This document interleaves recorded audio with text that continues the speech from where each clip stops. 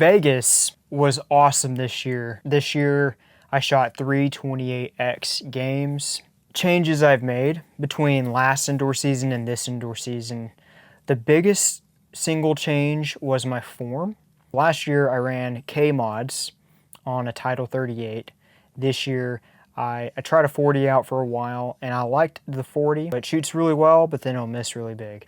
So I've only shot maybe 2 or 3 solid 30X games this season. For me, I'm a slow shooter when it comes to the scores. If I really try to hit an X, I'll hit the X, but in practice I try to let the bow tell me what's going on and then squeeze that out as much as I can. I really practice not trying and then setting up the bow around not trying. But I'm a 28X kind of shooter, and that's exactly how I shot at Vegas. 328X games. I had one in practice. I had a 29X one when I was down there as well in practice.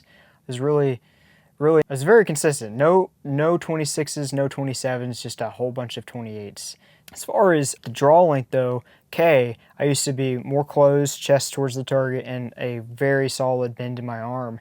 And, it shot really well during the season, but I noticed, especially shooting outdoors, that my arrows were slow, and then I would literally push my arrows while the arrow was still attached to the string. Imagine if I'm like this, scrunched up, and then all of a sudden I'm not in the right spot and I build extra tension like this, and then all of a sudden the release opens. If I build more tension on that one shot where it's taking too long and I'm really pushing in the bow, I'll actually literally push the bow while the arrow is leaving. And then that's where you have these super solid groups, and then all of a sudden you shank one, left and right and high left, that sort of thing. So that's the problems of short. Long just takes a lot of time to get your body acclimated to. I knew I could do it, but it wasn't an instant thing, and I had to slowly open the throttle and slowly allow myself to do that change while building my body. So I'm back in the gym as well, doing a lot of upper body work, lifting weights. Basically, my go-to is chest push and pull, and then shoulders push and then pull, like lat pull down, and then something with your arms. I lost a lot of functional strength this past year doing the Ironman training, so that kind of hurt me as far as my shooting in a way, but with cardio it helped a ton. So this year I don't know what I'm going to do as far as the Ironman front. It is a ton of work, and I would rather allocate that time somewhere else this year. Definitely strength training. I'm going to allocate half of that time towards strength training and the other half probably towards shooting. I get a little bit better results this season. But yeah, that's what I've been up to this indoor season. It's been super busy. I've been focusing a lot on coaching archers. Like that's what I do. As far as draw length now, we're running I mods. So I was at K, now we're running I. It's an insane change. My scapula holds more draw length now on the front instead of me pushing it out. And then as far as my grip, you can kind of see where I was shooting earlier today. My grip is more in on the bone instead of being, I used to shoot Hoyts, I used to grip it like this. I was always told, hey, you're not supposed to cross the lifeline. That is complete bullcrap. I believe archers who want to have better bone structure and really relax this in, have their arm more straight, you have to have bone contact. So you can relax your hand, relax the bow grip on the bone, and then this will cave in a bit, and then you can shoot a longer draw length. If I wanted to shoot a shorter draw length, I'd push this out, bend my arm, and put it right there, and then slide off the grip when it gets rainy, and then have to tighten this the whole time, versus I can relax, pull it in, chest a little bit more open, that sort of thing. So as far as the setup, I have my arrow here. I'm a very big believer indoors in aluminum arrows. A huge believer in these arrows. Aluminum, it's hard to miss the Big Ten with an aluminum shaft. It just so much weight baked into the shaft, and it's not really that slow. Yeah, it is slow, but how do you fix that? The new age thinking on this, your Bodies, Kyle Douglas, Matthias, the newer guys are cutting these things short, very short. This is a 25-inch shaft length here. Very short. I'll go as far as 24.5 at my draw length. I'm a 28-inch draw. And I'm able to add 225 grains in the front of this and shoot it very well. And then on the back, I have a crazy helical. I'm running 4 fletch off a blade. This is the Flex Fletch 360 with a left wing clamp on a Bitzenberger, cranked as hard as I possibly can. It shoots a bolt hole through paper miraculously while hitting the rest. You'll hear it ting when it shoots. So I had issues earlier in the season running 4 fletch off a blade. I was really getting a lot of issues with it. And the problem is, if you're going to run 4 fletch off a blade, you've got to crank this as hard as you can so it corrects the mistakes when it hits the launcher. If you kind of have like this loosey-goosey 4 fletch and it's like kind of caved in, all your arrows are going to hit that blade differently, and it's not going to correct fast enough at 20 yards. So the person that really got me convinced on that was Bodie. Watching Bodie prepare for Vegas, he went to Silent Night Vanes. We talked about that Lancaster briefly. He was shooting the Hybrid 26. That's what he won Vegas with last year with a ton of helical. He runs right helical, and he posted something on his Instagram. He said correction over clearance. And I think it was like the Monday before I left for Vegas, and I was like, okay, we'll try this. And at the time I was running the 418 Flex Fletch with a decent amount of helical, a little less than this. I just decided to crank it. This is about 3 degrees with a pretty long vane. And instantly I could tell, like, if I make a mistake, it's going to hit the middle. So if you want to increase your accuracy, like I'm telling you right now, if you were to go get aluminum arrows for indoor, aluminum's my favorite. Like, in my opinion, it would cost a lot of money to get me away from aluminum arrows. Like, if you wanted to buy me out and have me shoot carbon, it's going to be very expensive because aluminum's good. And I care about Vegas, I care about winning. This arrow is great. So 225 grain point, 200 grain point, these are the competition ones. Points are nice. Just play with point weight is the biggest thing, number one. Cut your shaft as short as you can to where you can still torque tune it within your sight and rest position. If you don't know what torque tuning is, Paige has a good video on it. Basically, you twist your riser while the arrow is on the blade. You twist the riser and the blade's going to kind of do this fishtailing thing, and the point's going to do this. You figure out how it's going to hit. Draw length, arrow length, sight distance from your bow, and rest distance from your bow all change the torque tune. I have a bite or knock. I have the green ones on these. I like the orange ones as well. They're nice. This is a fast Lincoln log that has weight baked into the shaft. It's not twitchy. I don't get random misses. It wants to stay in the 10. If I make a bad shot, it still wants to hit the 10. We love Easton. We love aluminum arrows. So that is the arrow I shot. As far as other changes I made, I really kept a lot of things the same from last year. The bow is the same. The release is the same. The arrow shaft is the same. We went to flex fletch vanes instead of tack with a lot of helical, the 4 fletch. That was a humongous change. The draw length is nice. This year I shot my 3D bow, but I converted it over to indoor. So I decided to shoot 70 pounds, 75% let off, because the holding weight forgiving.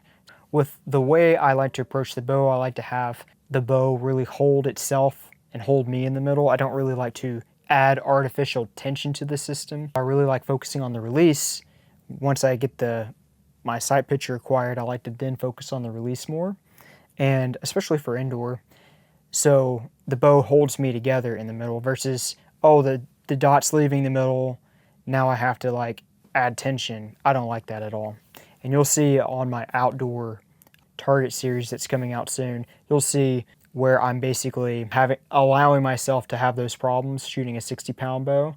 And I allowed myself to shoot a low 9 and even a low 8. It was like, that was the most relaxed shot I had, and I shot an 8 low at 56 yards. So that's not bad. It's just, I want to hold the bow that way, and I need it to still be in the middle. What am I going to change to keep the bow in the middle?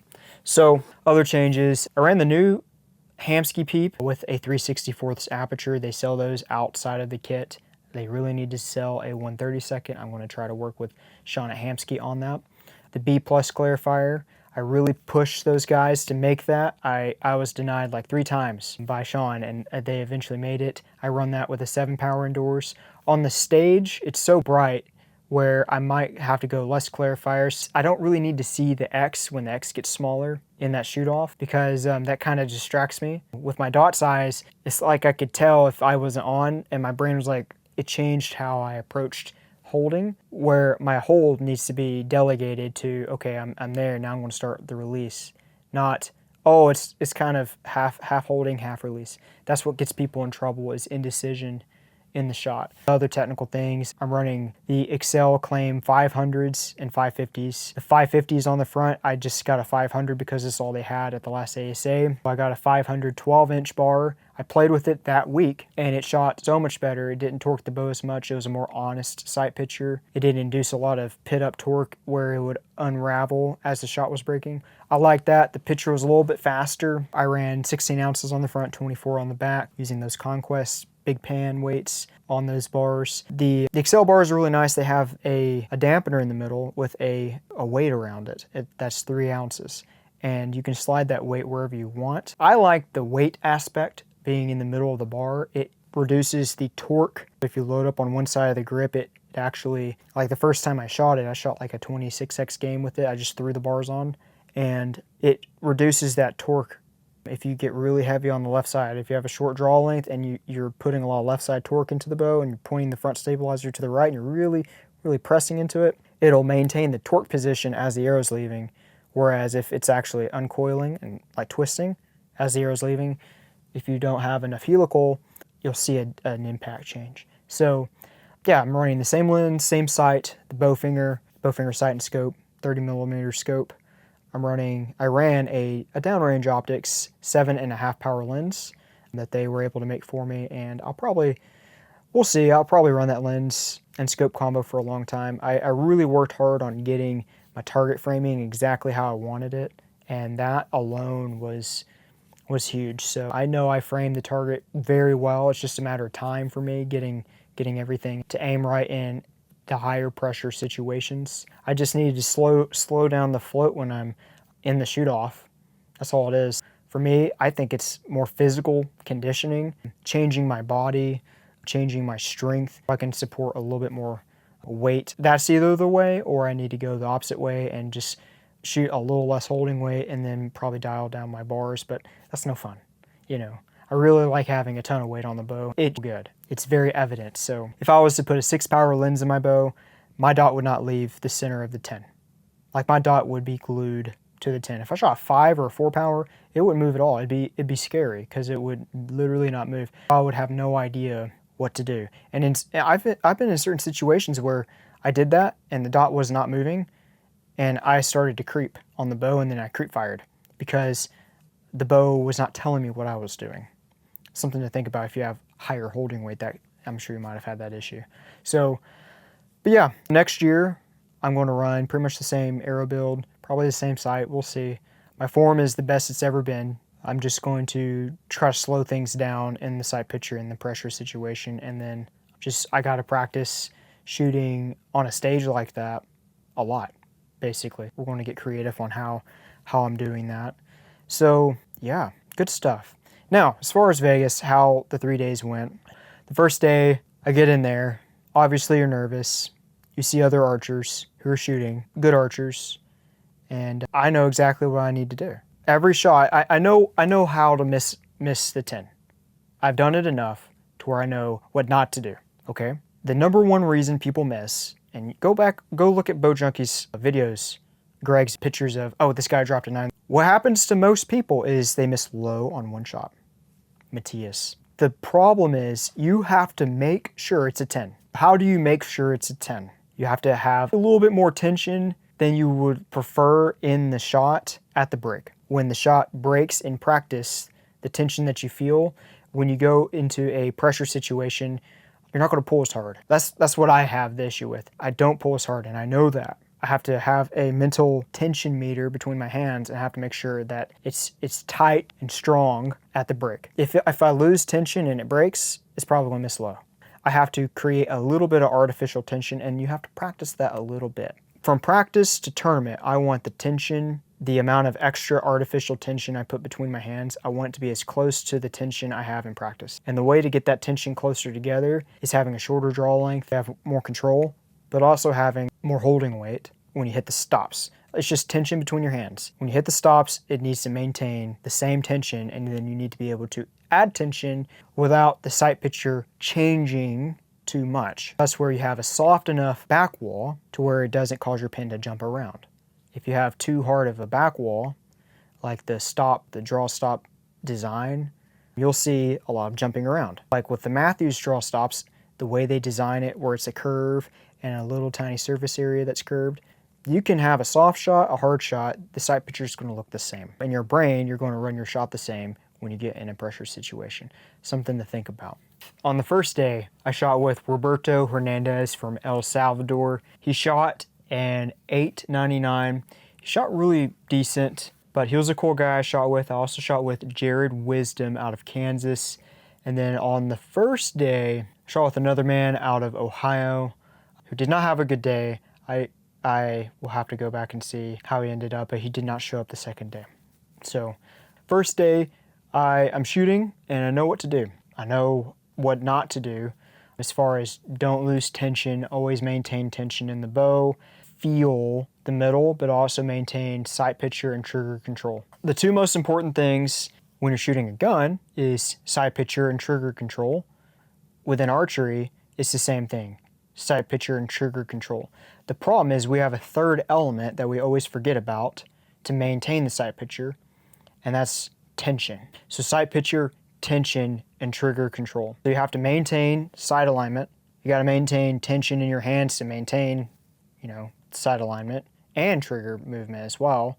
And then when everything is tensioned right, looks right, and you're moving the release very slow, then the shot will break in the middle of that. So how I shoot my shot. I get this question a bunch as well. So I don't shoot a surprise release and I do not punch the release. What I do is what I call an uninterrupted trigger movement. I know I'm moving the trigger. I am moving the trigger. I am not punching it. And I am moving that trigger within the correct tensions and sight alignment. And if tension and sight alignment is correct while I'm moving the trigger, I'm going to keep moving the trigger. And then if tension and sight alignment are off, I will subconsciously readjust. If things are really, really slow though in my sight picture, ideally you slow things down to where your dot does not move at all and you can feel the tension in the middle. In a perfect world, your sight picture is enough to maintain in the middle. Ideally you'd shoot inside outs every time, which we're getting to that point. Your sight picture, I think it needs to be slow and you need to practice maintaining tension and then basically move the release through tension and sight picture until it breaks. And then while it's breaking, you're still focusing on that. So you're not walking up to the cliff and then jumping off, you're running at a slow rate and then leaping. So if you were to be given a release that was 5 seconds colder than you normally shoot, you want your bow set up to where you could still tolerate it and hit the middle, but you're not going to break your form alignment, break your tension and sight picture to allow the release to break.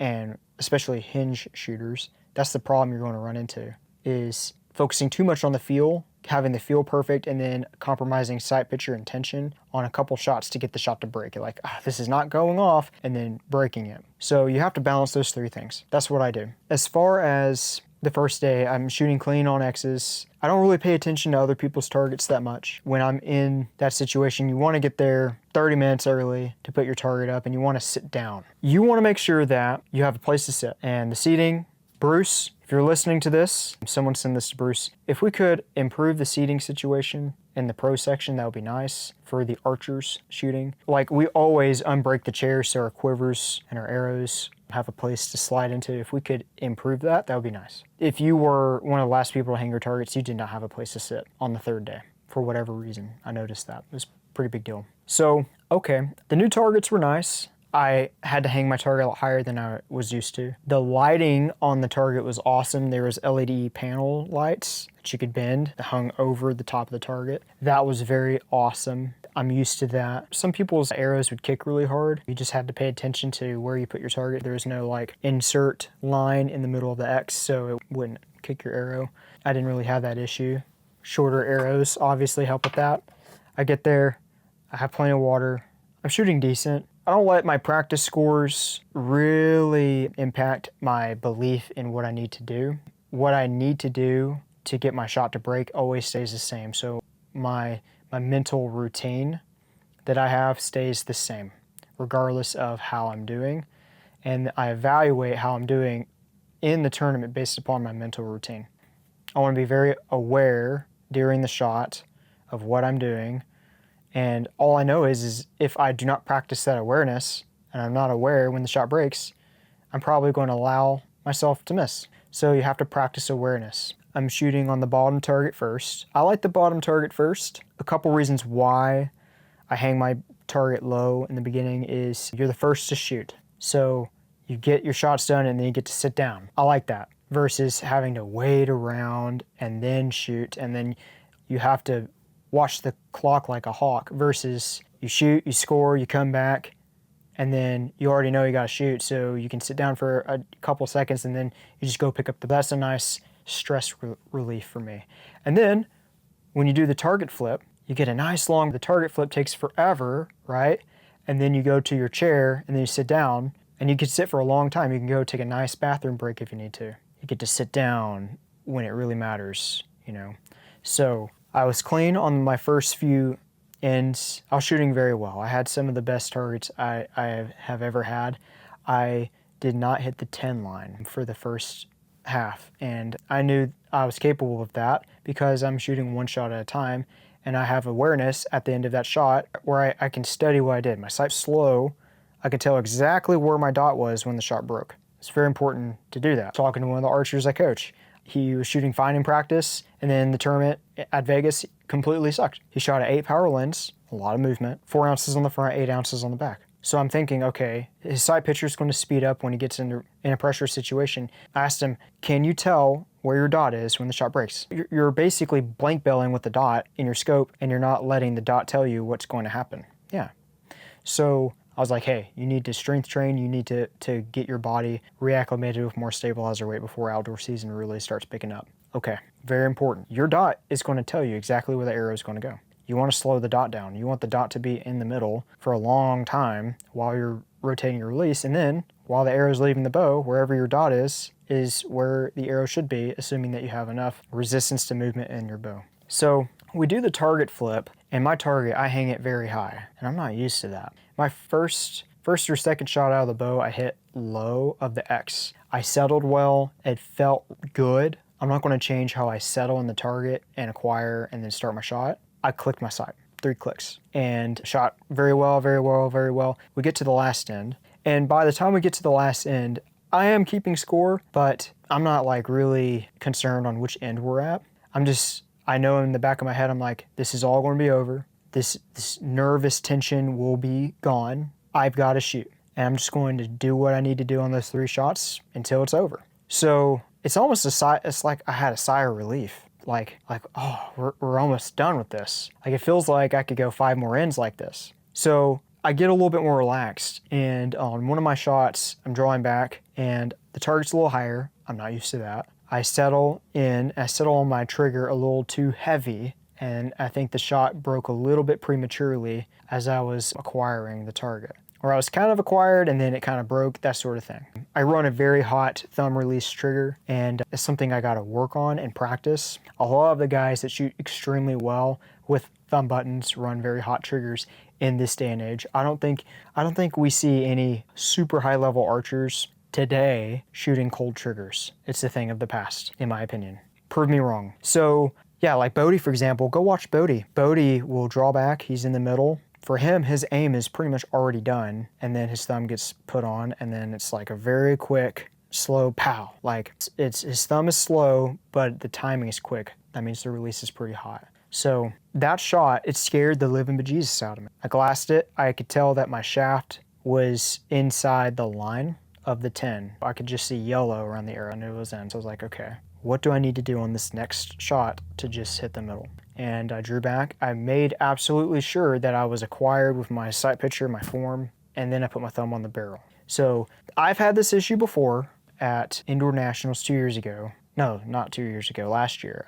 I missed one because I got too subconscious in my process, and I just haphazardly put my thumb on the barrel, haphazardly pin the middle thumb on without really measuring how much I'm putting my thumb on. And I'm at this like relief state where it's like, I just want to get this over with. I'm just like drawing back and automatically putting my thumb on. Well, I've done that before and it did miss the 5-spot X. So a 10 ring on a Vegas. So that basically happened again, but it was in this time. So I'm like, okay, let's not do that. I practiced that, really segmenting my shot, really acquiring and then putting my thumb on a little bit later in my process. And that seemed to work really well. I want to keep doing that. When the nerves ramp up, I just have to make sure I'm clearly segmenting my shot. When I want things to get over with, I got to really segment my shot and break those two up. Yeah, and that last shot was a really good X. It felt really good. Next day rolls around. It's pretty nerve-wracking. I shot decent. I don't know if I shot as well. I might have missed one in the first half. I can't remember how I did it. All I was focusing on is trying to repeat a process. The last day was really awesome. I shot with Stefan. Stefan stood in front of me. I did have Sawyer on my target, and then Marco Bruno. Marco's a cool dude from Italy. I know Sawyer did shoot a 9. I was very upsetting. But yeah, a lot of tension on the last end. So I didn't feel like I was shooting that well that day. I'm really trying to keep things together, slow things down, segment my shot. I didn't change my bow that much. I tried to make some changes, but I kept the bow pretty much the same, the way I described it earlier, and just really trying to slow things down and anticipate the break. Know what's happening at the break. A lot of people try to avoid controlling what's happening at the end of the shot. You need to be aware of exactly what happened at the break. You can't just like do something or like completely let go. People will go and practice, and in practice, if you spend all your time like shooting complacent arrows, you're just going to be a complacent shooter. You have to allow for enough complacency for you to focus on your release technique, I think, or sight picture, but not more than that. That's where you get the bow to where it holds really, really well, and then you can focus on your release technique. So yeah, we're getting down to the end, and I think it's the last end, and we're just waiting to shoot. And my hands are a little sweaty, you know. I know everyone's probably nervous. I know I'm pretty nervous. I know my heart rate's probably, my chest is pounding a little bit, but I know what to do. So there's a lot of anticipation there of finishing, shooting a 900, and that sort of thing. There's doubts that come into your head, all sorts of doubts, like did I work hard enough this season? Did I shoot well enough? Whatever those thoughts may be. All I know is what I need to do to hit that X, and that I deserve to be there. So like on your mental side of things, you have to feel a sense of self-worth, if that makes sense. So like, I'm in that position, I'm like, I deserve to be here. I deserve to shoot 900. Like I have that gut feeling like I did practice enough. Like that's important. I know what I'm doing, right? So, and I also thought about different situations where, like, if you're really nervous, you have to have a toolbox where you can go back and say, I've done harder things. I've survived harder things. You know, whatever those things may be. For me, I know that when I jumped off the dock in Chattanooga for a full Ironman swim, that was probably one of the most nervous feelings I ever had. But it was a great moment because, like, I didn't feel that nervous. I was nervous, but my heart rate was a lot higher than what it felt like it was in that moment. My heart rate was like 171 beats per minute. I jump off, I'm in the water, I'm looking at my wrist, and I'm like, I probably shouldn't be looking at my wrist, I should probably be swimming. I'm looking at it, I'm like, dude, I am shaking. So I was like, okay, I'm on the line, I'm thinking about that moment, and I'm like, this isn't that bad. I draw back, fire my target the way I normally do, put my thumb on, one thing at a time, my thumb is good. I'm going to start my pressure increase while maintaining tension and sight picture. 3 X's. Was it 3 X's? I think it was 3 X's. I know my last one was definitely an X. So hit my last one. Stefan's like, good job. Fist bump him. Yeah, and that's pretty much how that went. And then we took a break. I practiced a decent amount on smaller targets, tried different lenses, different dot sizes, trying to slow things down for me without really changing the bow, but I kept the same bow setup. In the shoot-off, we get there, and I've already been out on the stage before, so I know what to expect. Last year, I was like very uptight, trying not to mess up. This year, I was like, you know what? I'm here. I'm excited. This is all I can ask for. let's put on a show, was the way I was thinking. I'm a lot more carefree, loose, and I'm like, screw it. At this point, I know I've got a lot of nerves. I'm gonna be nervous, okay? Let's try not to miss. Let's try to stick to a process and keep things simple. When you're in a pressure situation, like where the nerves really ramp up, you try to really, really overthink how you're doing things. And I missed one later when we went to the smaller face. All I know is like I approached that shot really well. I probably should have figured out ways to slow things down within my sight picture and practice in really shaky condition. I approached the shot like how people miss the 10 to shoot a 9 is the same reason why people miss an X to shoot a 10.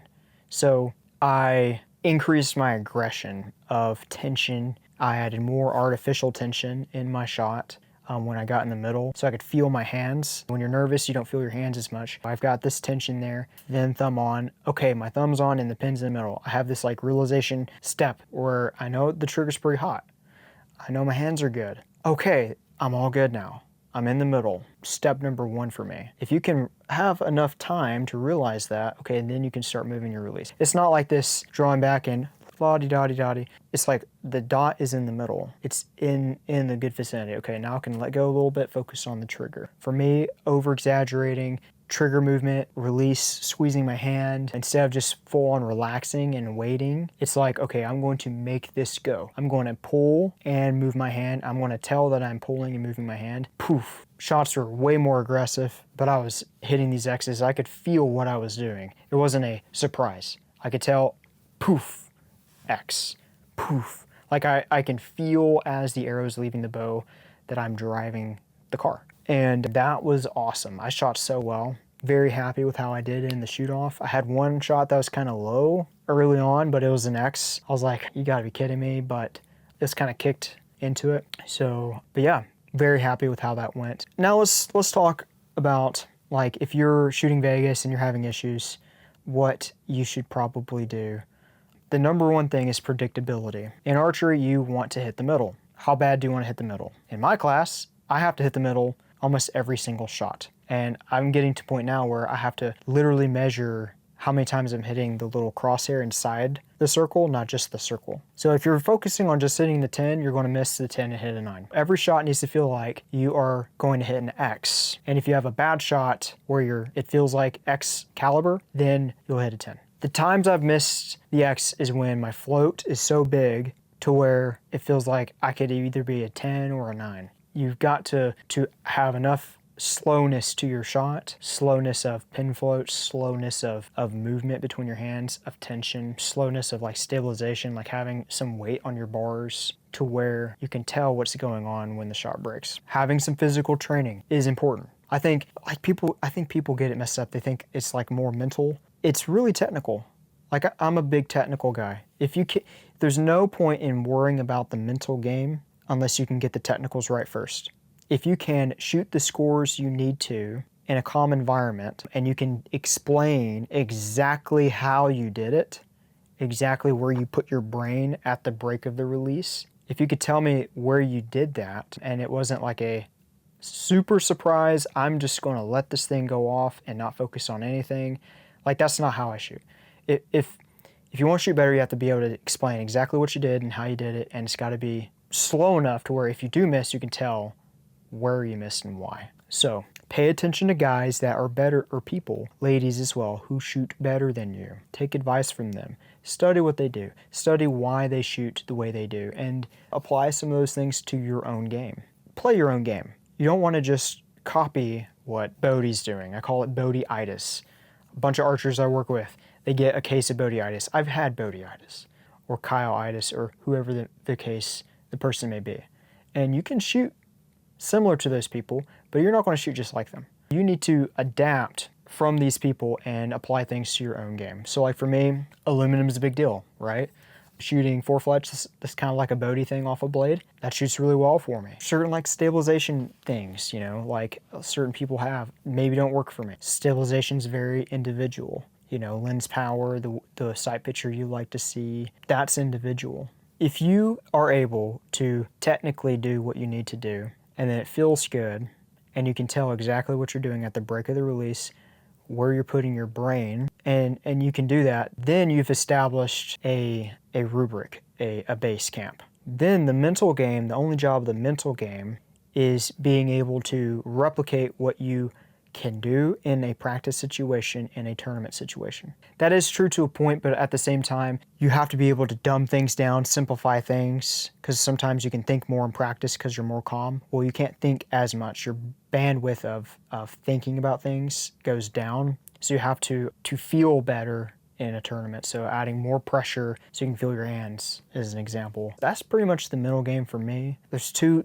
great ideas that I want to share. So with the mental game, as far as over-trying and under-trying, there's a fine line of over-trying and under-trying, and you're trying to get those lines of over-trying, your normal shot, and under-trying. You're trying to get it to where you could basically do a million different things and the arrow still hits in the middle. That's where you build forgiveness on the technical side and your form, the way your form is oriented, your arrow setup. So you try and get those lines as far away as possible. So you can really over-try at the middle, and then you can still almost fall asleep and still hit the middle. At least for indoor, it is 20 yards. That takes practicing both.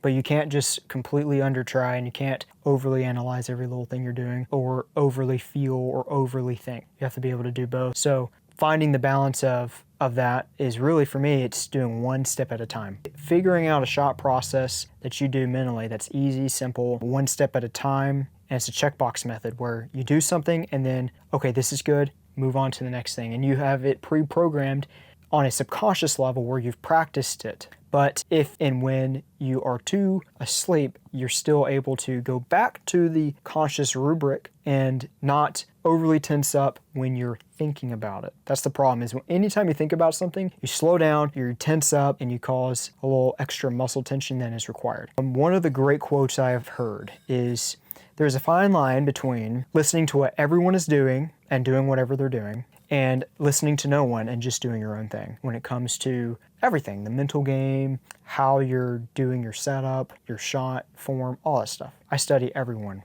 but I try to apply everything relevant to my game and what I'm trying to do in my shot.